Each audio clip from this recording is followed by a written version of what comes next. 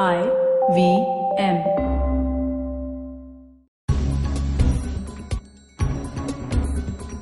Hello, welcome and Khushamadid.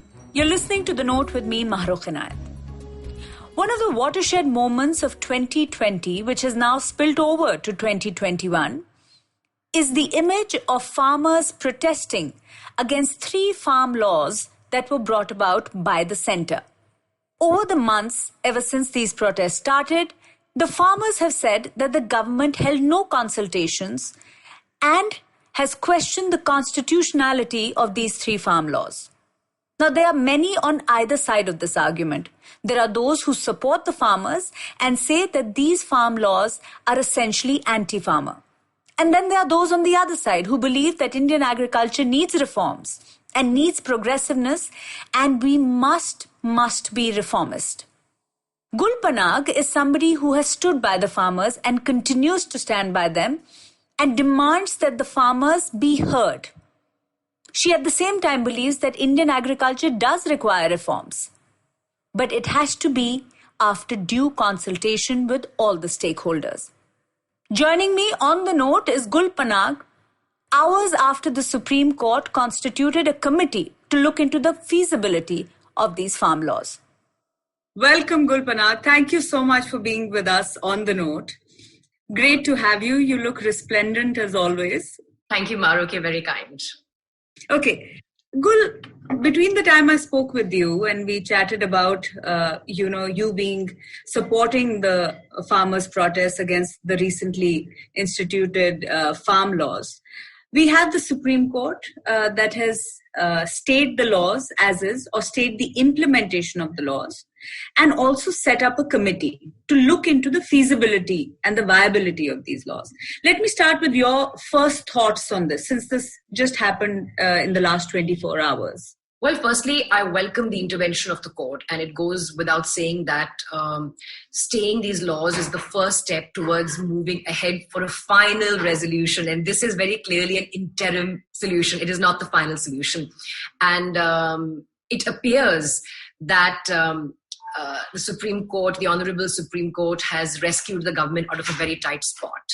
And more importantly, it also appears, and as one would construe from media reports, that this has given some form of interim relief to the government that found itself in a very tight corner on these laws. And it's taken care of the more immediate concern of 26 January and the budget session. And that appears to be what one infers from it. I think the Honorable Supreme Court and the CGI, the Honorable CGI, have been rather scathing of the government in its interaction with the farmers and their failure of arriving at a resolution. However, what I find curious as somebody who studied political science and who's a student of many things is that we are now reaching a space where we are seeing an absolutely new role being played by the Supreme Court, which is something that, only time will tell whether it's something which is good or bad or will have an impact in time to come. And that is the adjudication on the merits and demerits of a law without the constitutional ambit is something that has never happened before. The first time we've had the Supreme Court venture into territory and actually stay the implementation of laws, which in a way, given the scale of the protest, is very welcome. But what I'm yet to hear about, and maybe you could guide me if I've missed a reportage to that effect, is where do we stand on the constitutionality of these laws?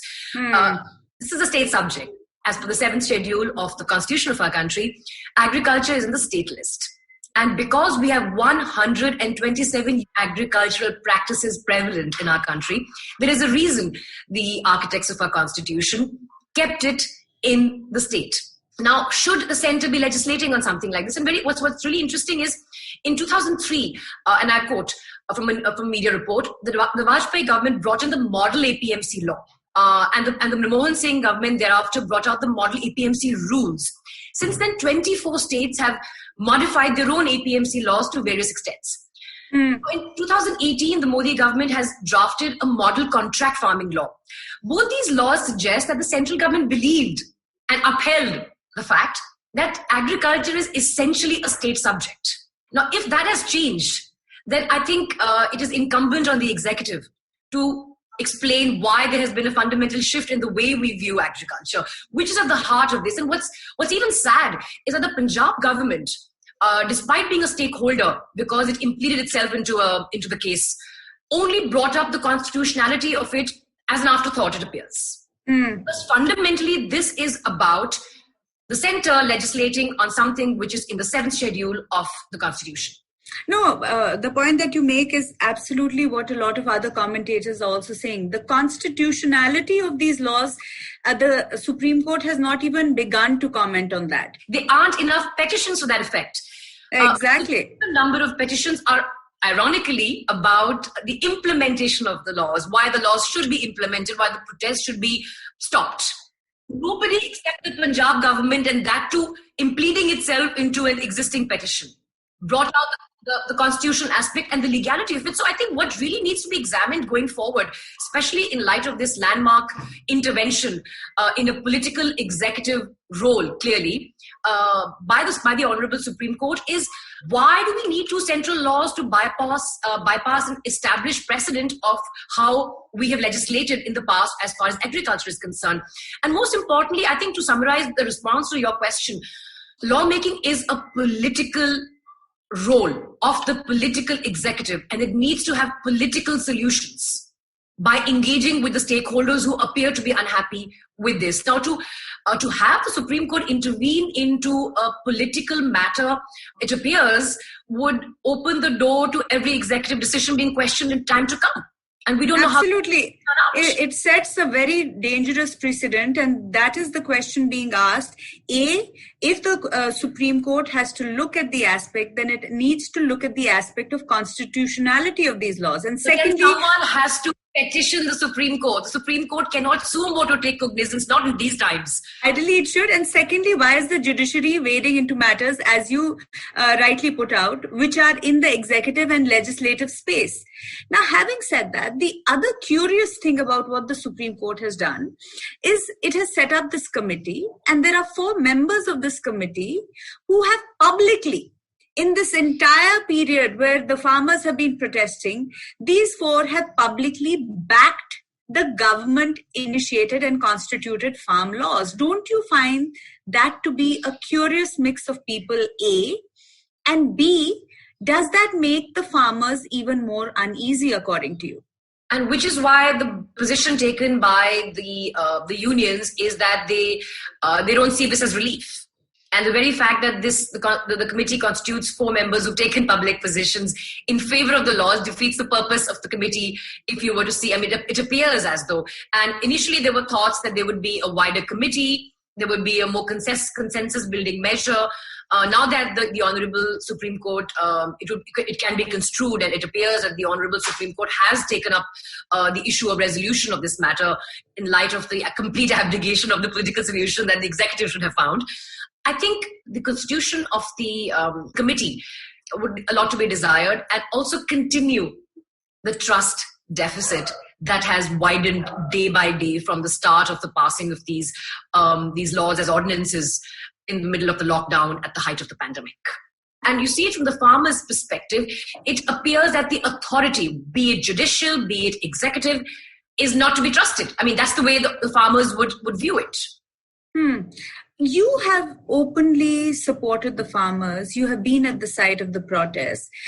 To a large percentage of our people in this country, explain in your words, why are you supporting the absolute, taking back of these laws or repealing of these laws as the demand is, in as simple terms? Because, a lot of jargon and a lot of information about laws goes to what you call in the media, and perhaps it's not very understandable for a layperson. So in your words, Gul, why are you supporting the repealing of these farm laws? Let me clarify my position, Maruk. I support the position taken by the farmers, which incidentally happens to be repeal of the farm laws. If the farming unions had taken a slightly different position, I would support that as well. Because the farm unions have over 70 years worked tirelessly for the rights of farmers.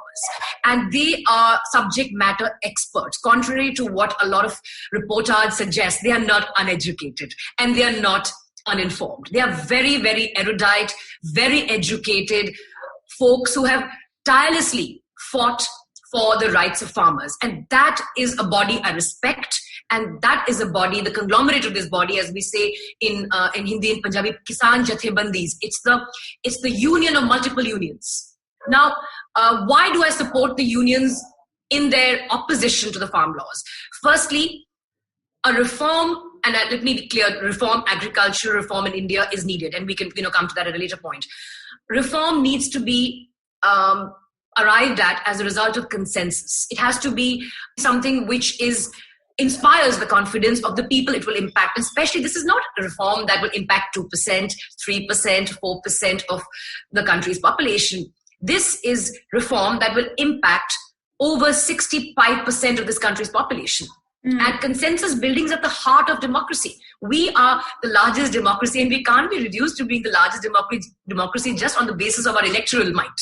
So firstly, I think the lack of consensus building in arriving at legislation, the manner in which these laws were legislated, pushed through as ordinances in the middle of a pandemic and a lockdown by a government that holds majority in both houses of parliament without an outright urgency, suggests almost as if the government hoped that no one would protest. And as per an RTI that media reports have spoken of, there don't appear to be any conversations with the farmers about this. So all this while, there was some talk of how there were some consultations with farmers, but the RTI reveals, and as the Honourable Home Minister has admitted himself, there weren't consultations with farmers. Now, in a democracy, you've got to consult with the constituents that you are making the laws for. That's the heart of democracy. Now, so the legislative process being circumvented, then being passed by a voice note without the mandatory number of readings and a committee scrutinizing the bill. And thereafter, continuing with this till we've reached a stage where the Honorable Supreme Court has had to intervene. I think the trust deficit is what is at the heart of where we're at. I don't think the farming unions trust the intentions of the government. And I don't think the government has done much to win trust. Now, why am I here? I come from a farming family, and if I could flip this camera, I could show you I'm sitting in the middle of the fields in Punjab right now. And I've been following the protests right from September. And in principle, being from a farming family, understanding why they are protesting against this is something that comes naturally to us. I mean, we don't need media reportage to understand about how these bills will impact the day-to-day livelihoods.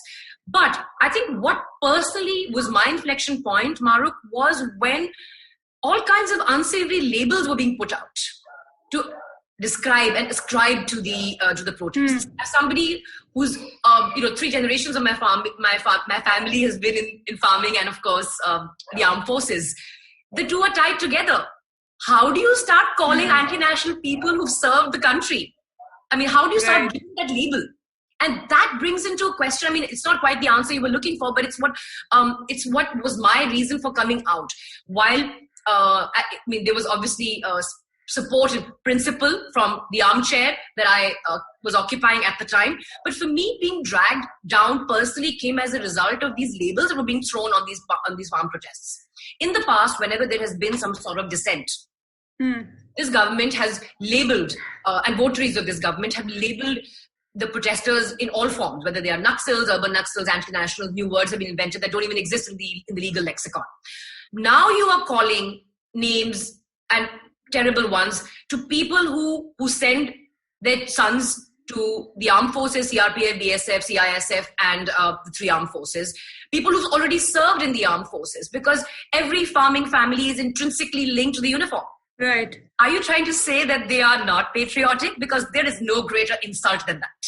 There is no greater insult. I do not think the patriotism of those in parliament can be questioned. The patriotism of those who've worn the uniform, who've lost sons to conflicts that this country has fought, cannot be questioned. And for me, that is the lowest point of public discourse we have come to.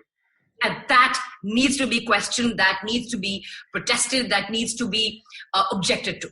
You have also been to the site of the protest. And to many of us, there almost seemed like a festive air to the protest with everybody involved. But at the same time, there's a certain amount of desperation also. After all, most of these farmers have small holdings. They're coming away from their villages and their farmlands and coming to a site of protest and being there for days on end. What is the feeling there? What is the feeling that you got when you spoke to them and you were there at the site of the protest? So firstly, when I reached, I've been going to the protest since early December. And when I first went to the protest, I had actually bought the government narrative that this is only about Punjab farmers. And because I'm from Punjab, I do understand how troubled the Punjab farmer is by the farm laws. So I went there expecting to see only Punjab farmers. And let's be clear, the protest was led by the Punjab farmers. But there are farmers from all states that have that agriculture as their mainstay, be it Rajasthan, be it Uttar Pradesh, be it Madhya Pradesh, and of course Haryana. Right. Which was not what the media tried to tell us. In fact, the Honorable Chief Minister of Haryana says they support him, but his own constituents disagree with him. They don't allow him or his members of his cabinet to, apparently from what newspaper reports are to be believed, move around freely. So there is a significant amount of discontent beyond Punjab. So that's something that I only discovered once I was at the protests. The first bunch of farmers I met, and I think I put something on Twitter, and since then I've really not had time to be on Twitter, was sitting and talking to farmers from Haryana. Then about the festive spirit. See, there's something that is intrinsically unique about the culture of Punjab, is that they have always contributed to all battles. And I'm not saying this is a battle, and this is a peaceful protest. But when I say battles, it could be the battle for independence with gusto. And they don't do it with a sense of morosity and sadness and despondency. They do it willingly and lovingly. That's how people from Punjab have always been. We've been, every single invasion that has happened towards India has passed through Punjab. And there is a certain culture that Punjabis embody. And by Punjabis, I mean Punjabis of all faiths. It's not just restricted to Sikhs, who also happen to be Punjabis, but Punjab as a culture embodies a certain spirit. Right. And let's also celebrate that spirit. That is a spirit that has been celebrated in every battle that we've seen this country fight. Military ones at that, and of course the ones that we fought against the British were to a large extent supported and a very large extent led by people from Punjab. And these are people who go happily into battle. We have war cries of the Sikh regiment, which is De Shivabar Mohe Hai Shubkar Mante Kabahu Na Daru or So Jabalai Ladu Nishchay Kar Apni Jeet Kuru. They are willingly going to die and happy to do because they believe in it. So that is cultural. So when these war cries are part of our culture, and that's why they've been appropriated by the Sikh regiment and by the Punjab regiment, by the Sikh Lai, and that is what makes us who we are. That's what makes that's the culture of the land. I know it's a really long, rambling answer, but most people don't, because they don't culturally understand Punjab.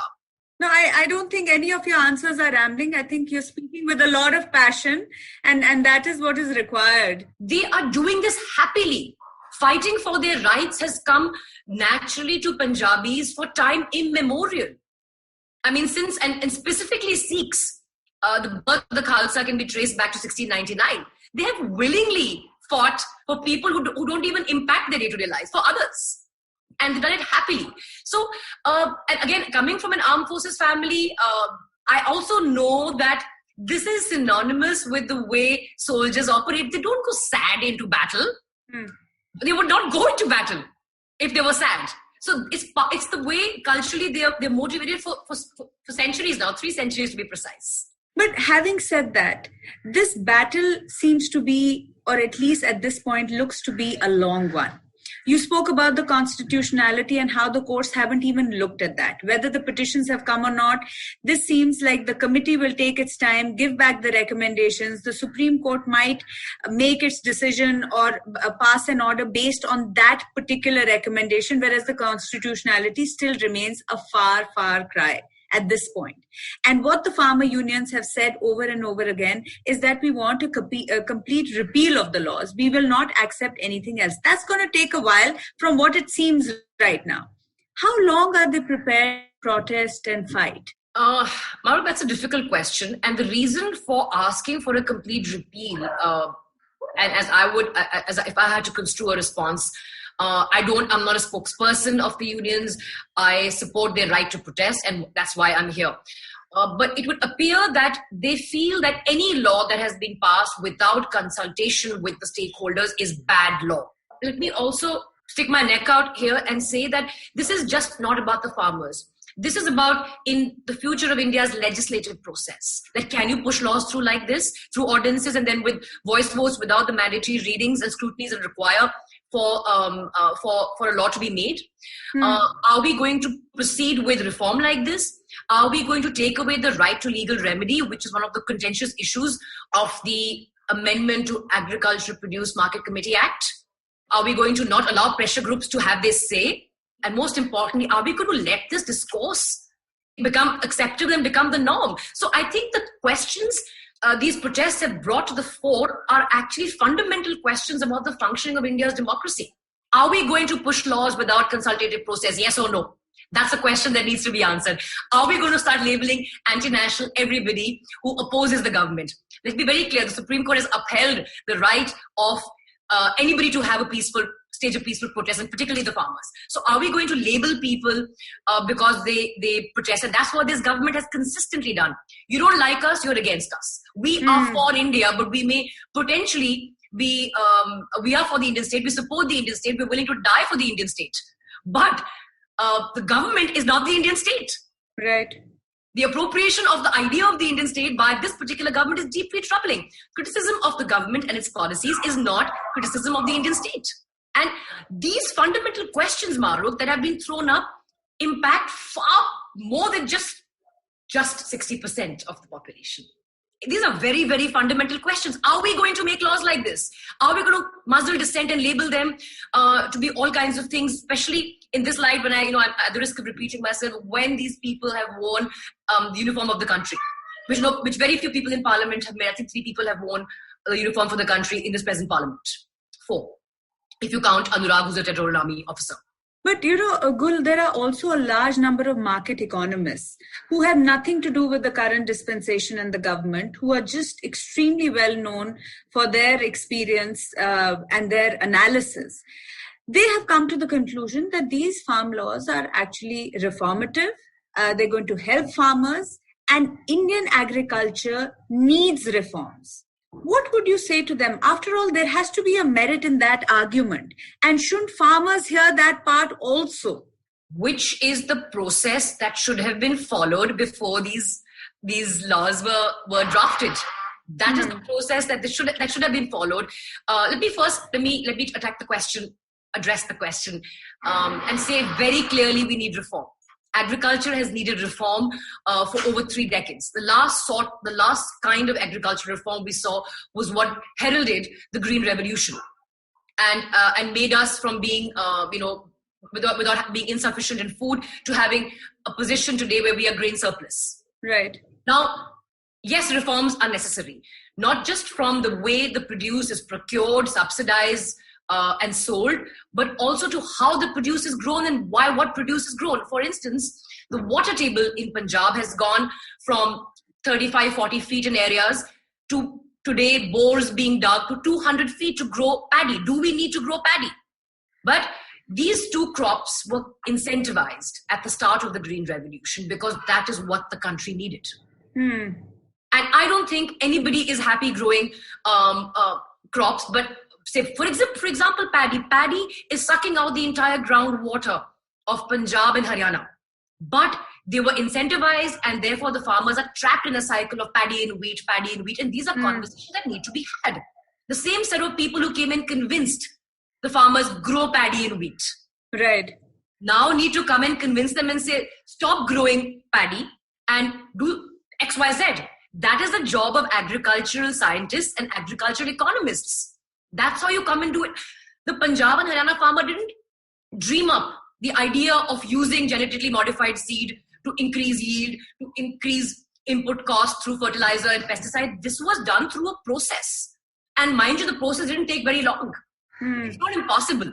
But if we want to take shortcuts to reform, then you're going to have what's happening right now. Reform is needed.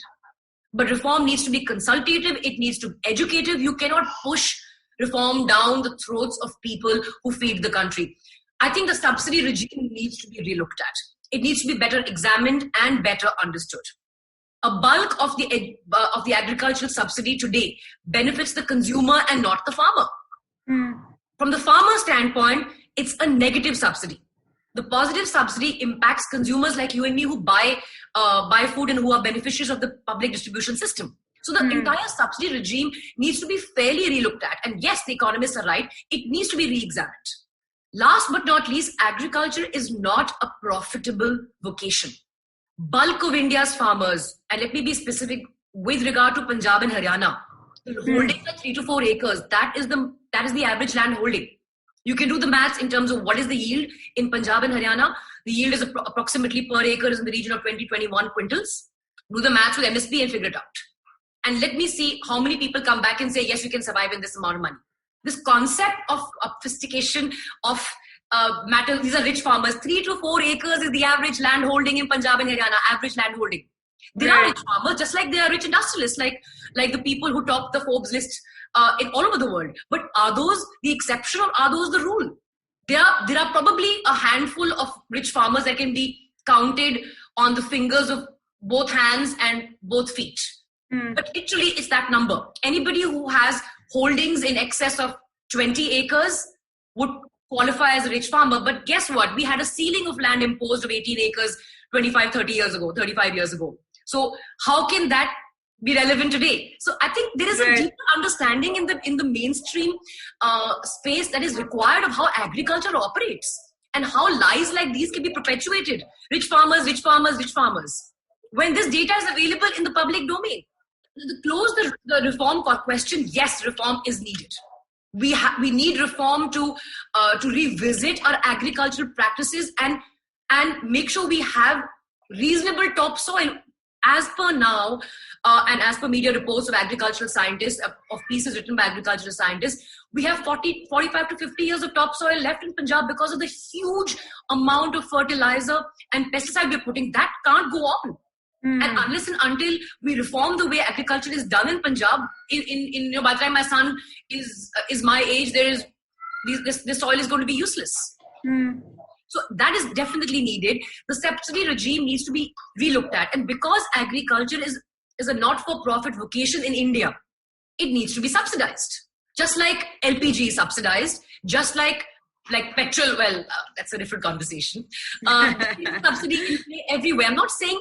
There is the justification for agricultural subsidy is why LPG needs to be subsidized. The justification for agricultural subsidy is perhaps the greatest.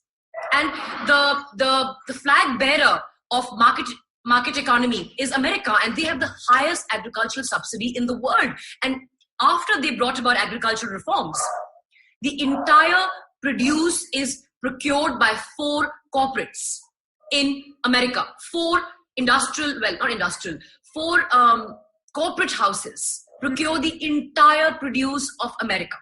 Is that what we want setting up for India? Because I mean, there's a very important question that needs to be asked here of what is the final intent of these reforms. I read something which is a bit alarming in a comment made by the Niti Aayog.